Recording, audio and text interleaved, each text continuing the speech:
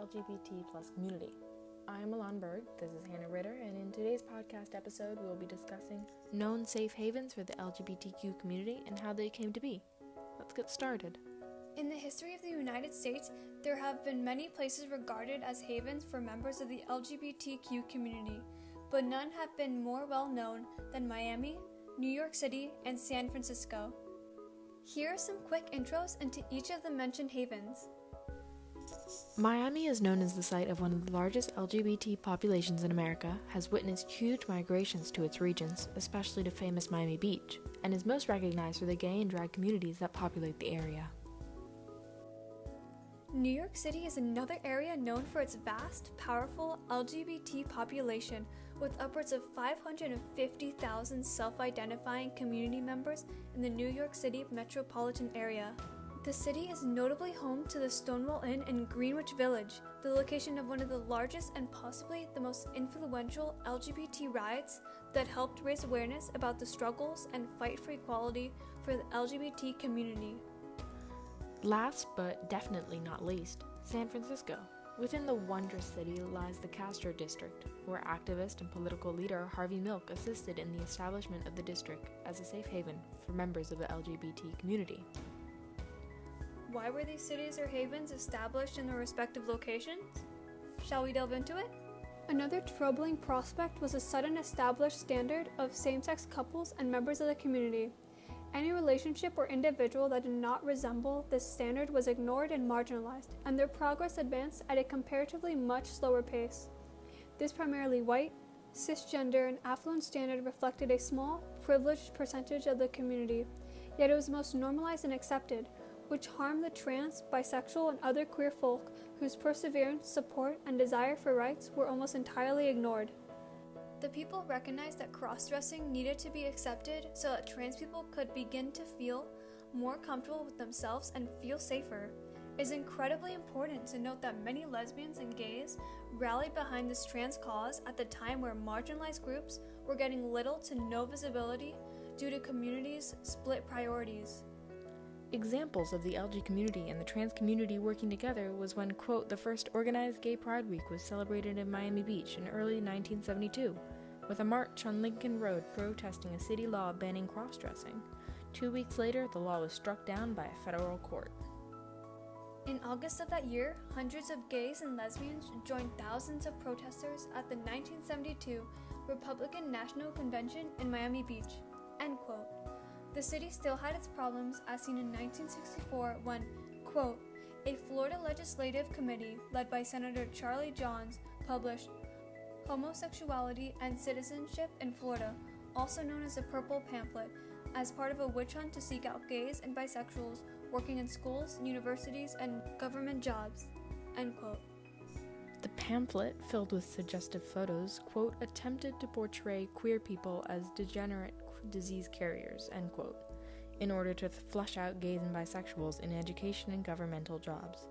All in all, however, Miami was indeed considered a safe haven for many in the community. Now for New York, where some would argue that it all began.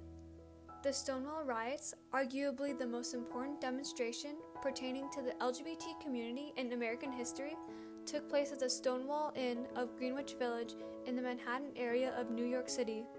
These series of riots helped initiate the widespread activism in place today. The city is widely known as a hub for protests and radical voices from the LGBT community, and therefore a safer place for the community to gather and feel supported. New York City was known for its radical protests and citizens having bold opinions with the voices to match. The queer community felt as though it could be a part in the movements, protesting for their civil rights. Surrounding the streets where marches and rallies took place, establishments such as the Institute for the Protection of Lesbian and Gay Youth were erected around the 1970s. Many of these institutions opened their door to any queer youth. Along the walls of parking lots, under bridges, or on the side of a school, there was undoubtable evidence of queer life. Artists bloomed and experimented with their identity by spray painting murals on city walls, creating a queer catalog for the public to see. Photos captured the era of queer culture, and these shots spread to the eyes of others. San Francisco, home of the Castro district. During World War II, soldiers in the military would be discharged if they were revealed to be gay. Those who returned to the United States often sought out refuge found in the Castro district, where there lived a gay man by the name of Harvey Milk. He became a new activist leader, a spokesperson for the community, and, quote, one of the first openly gay officials in the United States in 1977, end quote. Discussion time! Discussion time. These next statements are largely our opinions based on evidence we have gathered to date. Here we go. Why were these havens established in their respective locations? Are their cultural roots stemmed from history of mass LGBTQ settling as locations of important cultural events? Or is it the community regarded as a safe space? The result of this act created a safe place for many LGBT individuals to live. He advocated for the community's rights, but like everyone else during this time, he primarily spoke about LG rights. There was more support for the LG refugees than bi, trans, or other queer people. What we know is that some areas of the country have been historically regarded as a safe place for members of the LGBT community, such as Miami, New York City, and the Castro district. I believe that these cultural roots were mainly established as a result of important LGBT-related events taking place in the areas and therefore leading to LGBT awareness of the more accepting communities. In New York, it was Stonewall. In San Francisco, it was Harvey Milk and his rejuvenation of the Castro district. Miami had always had a historically active, quote, gay nightlife scene, end quote. All of these places were later regarded as safe spaces because they had a massive influx of members of the community that sought understanding and safety, leading to their reputations as more comfortable and more accepting places. I totally agree with how these places gained lots of attention from the events taking place and people settling into the city. I also believe that Miami, the Castro district, and New York were such large, well-known cities that it attracted lots of different people. Due to its large population, there would have been a larger queer community as a result. For many living in areas not as urban, these cities would look like haven, places where queer culture was flourishing. As a way to bring others into the discussion, we interviewed some of our peers, some of whom wish to remain anonymous and are therefore voiced by an actor. Our question was, towards whom were these places advertised? Do we know if trans, bi, and other groups felt as comfortable as the LG community within these havens? If no, why is this the case? Here are some of the answers we received.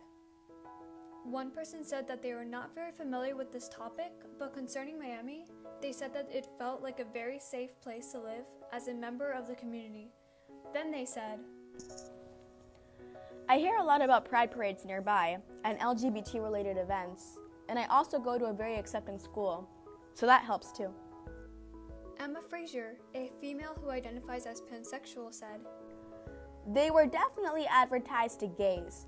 People who are anything other than gay tend to be filed under gay, even if they're trans or asexual, as for comfort for the rest of the community. I wouldn't think so, considering that along with homophobia, bi people get extra hate from both within the community and outside of it for not choosing their preference. Trans people also get hate from certain people within the community, taking certain safe spaces for gays away from them. Felipe Campaño, a bisexual male, said, I imagine that trans people were not treated the same way because the transgender and transsexual community had not yet developed to the point it has now.